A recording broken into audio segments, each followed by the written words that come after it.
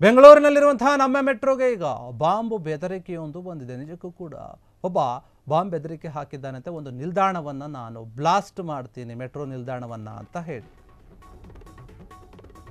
ನಮ್ಮ ಮೆಟ್ರೋ ಏನಿದೆ, ಮೆಟ್ರೋಗೆ ಬಾಂಬ್ ಬೆದರಿಕೆ ಬಂದಿರುವಂಥದ್ದು. ಒಬ್ಬ ವ್ಯಕ್ತಿ ಮೆಟ್ರೋ ನಿಲ್ದಾಣವನ್ನು ಸ್ಫೋಟಿಸೋದಾಗಿ ಇಮೇಲ್ನಿಂದ ಬೆದರಿಕೆಯನ್ನು ಹಾಕಿದ್ದಾನೆ. ಇಮೇಲ್ ಸಂದೇಶ ಕಳಿಸಿದ್ದಾನೆ.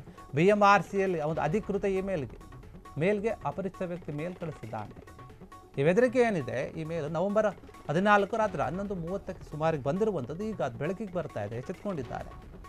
ನನ್ನ ವಿಚ್ಛೇದಿತ ಪತ್ನಿಗೆ ಮೆಟ್ರೋ ಸಿಬ್ಬಂದಿಗಳು ಕಿರುಕುಳ ಕೊಟ್ಟಿದ್ದಾರೆ, ನಿಮ್ಮ ಒಂದು ಮೆಟ್ರೋ ನಿಲ್ದಾಣವನ್ನು ಬ್ಲಾಸ್ಟ್ ಮಾಡಬೇಕಾಗುತ್ತೆ ಹೇಳ್ತಾ ಇದ್ದಾನೆ ಆ ವ್ಯಕ್ತಿ. ನಾನು ಒಬ್ಬ ಉಗ್ರಗಾಮಿ ಇದ್ದಂತೆ, ಅದರಲ್ಲೂ ಕೂಡ ಕನ್ನಡಿಗರ ವಿರುದ್ಧ ನಾನು ಅಂತ ಹೇಳ್ತಾ ಇದ್ದಾನೆ. ಹೀಗಂತ ಹೇಳಿ ಮೇಲ್ ಬರೆದಿದ್ದಾನೆ ಅಪರಿಚಿತ ವ್ಯಕ್ತಿ, ಬೆದರಿಕೆಯನ್ನು ಹಾಕ್ತಾ ಇದ್ದಾನೆ. ಇದಕ್ಕೆ ಇದೇ ಕಾರಣ ಅಂತ ಹೇಳಲಾಗ್ತಾ ಇದೆ. ಆತ ಡಿವೋರ್ಸ್ ಕೊಟ್ಟಂತ ಹೆಂಡತಿಗೆ ಯಾರೋ ಕಿರುಕುಳ ಕೊಟ್ಟರಂತೆ ಮೆಟ್ರೋದವರು. ವಿಲ್ಸನ್ ಗಾರ್ಡನ್ ಪೊಲೀಸ್ ಠಾಣೆಯಲ್ಲಿ BMRCL ಏನಿದೆ ಅದು FIR ಅನ್ನು ದಾಖಲು ಮಾಡಿದೆ. ಈ ಒಂದು ವಿಚಾರವಾಗಿ FIR ಅನ್ನು ದಾಖಲು ಮಾಡಿಕೊಂಡು ಪೊಲೀಸರು ತನಿಖೆಯನ್ನು ಕೂಡ ಆರಂಭ ಮಾಡಿದ್ದಾರೆ. ಇದು ಎಲ್ಲಿಂದ ಬಂತು, ಯಾವ ಮೇಲಿಂದ ಬಂತು, ಅದರ ಅಡ್ರೆಸ್, IP ಅಡ್ರೆಸ್ ಎಲ್ಲವನ್ನು ಕೂಡ ಹುಡುಕ್ತಾ ಇದ್ದಾರೆ ಪೊಲೀಸರು. ಆ ವ್ಯಕ್ತಿ ಯಾರು, ಏನು, ಎತ್ತ ಅಂತ ನೋಡಿ. ಬೆಂಗಳೂರು ಮೆಟ್ರೋ ಏನಿದೆ, ಸಾಕಷ್ಟು ಜನರು ಓಡಾಡ್ತಾರೆ. ಇದು ಮೆಟ್ರೋ, ಬೆಂಗಳೂರಿನಲ್ಲಿ ಮೆಟ್ರೋ ಆರಂಭವಾಗಿ ಏನು ಇಷ್ಟು ವರ್ಷ ಆಯ್ತಲ್ವಾ, ಆಗಿದ ಮೇಲೆ ಬಂದಂತಹ ಒಂದು ಮೊದಲನೇ ಒಂದು ಬಾಂಬ್ ಬೆದರಿಕೆ ಇದು. ಹೀಗಾಗಿ ಸಾಮಾನ್ಯವಾಗಿ ಆತಂಕ ಎದುರಾಗುತ್ತೆ. ಜನರು ಕೂಡ ಯೋಚನೆ ಮಾಡ್ತಾರೆ ಇದ್ರ ಬಗ್ಗೆ. ಹೀಗಾಗಿ 14ರಂದು ಬಂದಂತಹ ಒಂದು ಬೆದರಿಕೆ ಇದು. ನವೆಂಬರ್ 14 ರಾತ್ರಿ ಬಂದಿದೆ. BMRCL ಒಂದು ಅಧಿಕೃತ ಮೇಲ್ ಏನಿದೆ, ಆ ಮೇಲ್ಗೇನೆ ಬಂದಿದೆ. ಅದು ಕಳಿಸಿದ್ದಾನೆ. ಯಾಕೆ ಕಳಿಸಿದ್ದಾನೆ ಅಂತ ಹೇಳ್ತಾನೆ. ನೋಡಿ, ನನ್ನ ಒಂದು ಡಿವೋರ್ಸ್ ಕೊಟ್ಟಂಥ ಹೆಂಡತಿ ಏನಿದ್ದಾಳೆ, ಆ ಹೆಂಡತಿಗೆ ಮೆಟ್ರೋದವರು ಕಿರುಕುಳ ಕೊಟ್ಟಿದ್ದೆ, ಸರಿಯಾದ ರೀತಿ ನಡೆದುಕೊಂಡಿಲ್ಲ, ಸಭ್ಯ ವರ್ತನೆ ಮಾಡಿದ್ದಾರೆ. ಹೀಗಾಗಿ ನನಗೆ ಅದ್ರ ಮೇಲೆ ಕೋಪ ಇದೆ. ನಾನು ನಿಮ್ಮ ಒಂದು ನಿಲ್ದಾಣವನ್ನು ಬ್ಲಾಸ್ಟ್ ಮಾಡ್ತೀನಿ. ಯಾವ ನಿಲ್ದಾಣ ಅಂತ ಹೇಳಿಲ್ಲ, ಆದರೆ ಮೆಟ್ರೋ ನಿಲ್ದಾಣನ ಬ್ಲಾಸ್ಟ್ ಮಾಡ್ತೀನಿ. ನಾನು ಉಗ್ರಗಾಮಿ ಇದ್ದಂತೆ, ಅದರಲ್ಲಿಯೂ ಕೂಡ ನಾನು ಕನ್ನಡಿಗರ ವಿರುದ್ಧ, ಕನ್ನಡಿಗರ ವಿರೋಧಿ ಅಂತ ಮಾತನಾಡ್ತಾ ಇದ್ದಾನೆ.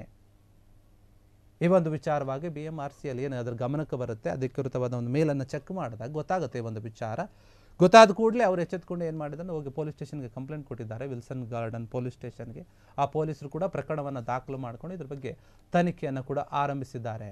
ಯಾರು ಈ ಮೇಲ್ ಮಾಡಿದ್ದು ಅಂತ, ಆತ ಏನು ಬರೆದುಕೊಂಡಿದ್ದನಲ್ಲ ಅದೇ ಆಧಾರಿತವಾಗಿ ಹುಡುಕ್ತಾ ಇದ್ದಾರೆ. ಯಾವ ಒಂದು IP ಅಡ್ರೆಸ್ಸಿಂದ ಬಂದಿದೆ, ಹೆಂಗೆ ಬಂತು, ಏನು ನೆಟ್ವರ್ಕ್ ಎಲ್ಲಿ ಆಗಿದೆ, ಎಲ್ಲ ಒಂದು ಟ್ರ್ಯಾಕ್ ಮಾಡ್ತಾ ಇದ್ದಾರೆ. ಆತ ಒಂದು ವೇಳೆ ಸಿಕ್ಕರೆ ಗೊತ್ತಾಗುತ್ತೆ ಇನ್ನಷ್ಟು ನಿಜಾಂಶಗಳು. ಆತ ಹೇಳ್ಕೊಂಡಿದ್ದಾನೆ, ನಾನು ಉಗ್ರಗಾಮಿ ಇದ್ದಂತೆ, ಟೆರರಿಸ್ಟ್ ಇದ್ದಂತೆ ಅಂತ. ಹಾಗಾದರೆ ಅವನಿಗೇನಾದರೂ ಲಿಂಕ್ ಇದೆಯಾ, ಅದ್ರ ಬಗ್ಗೆ ಕೂಡ ಚೆಕ್ ಮಾಡ್ತಾರೆ. ಹಿಂಗೆ ಇವನು ಧೈರ್ಯವಾಗಿ ಹೇಳ್ಕೊಳ್ತಾ ಇದ್ದಾನೆ ಅಂತಂದರೆ ಅದ್ರ ಬಗ್ಗೆ ಕೂಡ ತನಿಖೆ ಆಗುತ್ತೆ. ಯಾಕಂದರೆ ಈಗಾಗಲೇ ದೆಹಲಿಯಲ್ಲಿ ಆದಂತಹ ಒಂದು ಬಾಂಬ್ ಬ್ಲಾಸ್ಟ್ ಏನಿದೆ, ಅದರಿಂದ ಇನ್ನೂ ಕೂಡ ಹೊರಗೆ ಬರೋಕ್ಕಾಗ್ತಾ ಇಲ್ಲ.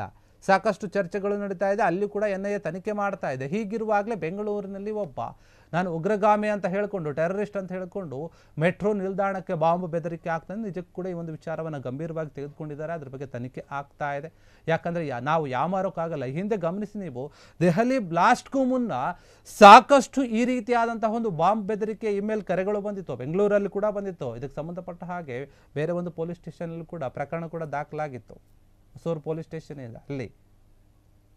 ಹೀಗಾಗಿ ನಾವು ಯಾವುದೇ ಒಂದು ಬಾಂಬ್ ಬೆದರಿಕೆಗಳನ್ನು ಹುಸಿ ಅಂತ ಹೇಳಿ ಬಿಡೋಕ್ಕಾಗಲ್ಲ. ಬಂದರೆ ತನಿಖೆ ಮಾಡಲೇಬೇಕಾಗುತ್ತೆ. ಅದ್ರ ಬಗ್ಗೆ ಎಚ್ಚೆತ್ಕೋಬೇಕು. ಯಾಕಂದರೆ ಈ ಹಿಂದೆ ಬೇರೆ ಒಂದು ಉಪರಾಷ್ಟ್ರಪತಿ ಅವರ ಒಂದು ಭವನಕ್ಕೆ ಇಡ್ತೀವಿ ನಾವು ಅಂತ, ಈ ರೀತಿಯಾಗಿ ಸಾಕಷ್ಟು ಹುಸಿ ಬಾಂಬ್ ಬೆದರಿಕೆಗಳು ಬಂದಿದೆ. ಅದೇ ರೀತಿಯಾಗಿ ಈ ಒಂದು ಇಮೇಲ್ ಕೂಡ ಬಂದಿರುವಂಥದ್ದು. ಆದರೆ ಯಾವುದನ್ನು ಕೂಡ ನಾವು ನೆಗ್ಲೆಕ್ಟ್ ಮಾಡೋಕ್ಕಾಗಲ್ಲ. ಅಧಿಕಾರಿಗಳು ಅದೇ ರೀತಿಯಾಗಿ ತನಿಖೆಯನ್ನು ಮಾಡ್ತಾ ಇದ್ದಾರಂತೆ, ಹೆಂಗೆ ಏನು ಎತ್ತ ಅಂತ. 14ರಂದು ಬಂದಿರುವಂಥದ್ದು ಈಗ ಬೆಳಕಿಗೆ ಬಂದಿದೆ. ಅವರು ಗಮನಿಸ್ಕೊಂಡಿದ್ದಾರೆ, BMRCL ಅವರು ನೋಡಿದ್ದಾರೆ. ಆಡಳಿತ ಮಂಡಳಿ ನೋಡಿಬಿಟ್ಟು ಹೋಗಿ ಪೊಲೀಸ್ ಸ್ಟೇಷನ್ಗೆ ಕಂಪ್ಲೇಂಟ್ ಕೊಡಿ, ನೋಡಿ ನಮಗೆ ಈ ರೀತಿಯಾದಂಥ ಒಂದು ಬೆದರಿಕೆ ಕರೆ ಬಂದಿದೆ, ಇದ್ರ ಬಗ್ಗೆ ನೀವು ಗಮನ ಹರಿಸಿ ಅಂತ ಹೇಳಿದಾಗ ಪೊಲೀಸರು ಕೂಡ ಸರಿ ಅಂತ ಹೇಳಿ ಆ ಒಂದು ಪ್ರಕರಣ ತಗೊಂಡು ಈಗ ತನಿಖೆ ಮಾಡ್ತಾ ಇದ್ದಾರೆ ಅಂತ ಹೇಳಲಾಗ್ತಾ ಇದೆ. ಕ್ಷಣ ಕ್ಷಣದ ಸುದ್ದಿಗಳಿಗಾಗಿ ಫ್ರೀಡಂ ಟಿವಿ ಸಬ್ಸ್ಕ್ರೈಬ್ ಮಾಡಿ, ಲೈಕ್ ಮಾಡಿ ಹಾಗೂ ಫಾಲೋ ಮಾಡಿ. ಹೊಸ ಸುದ್ದಿಗಳ ನೋಟಿಫಿಕೇಶನ್ಗಾಗಿ ಬೆಲ್ ಐಕಾನ್ ಮೇಲೆ ಕ್ಲಿಕ್ ಮಾಡಿ.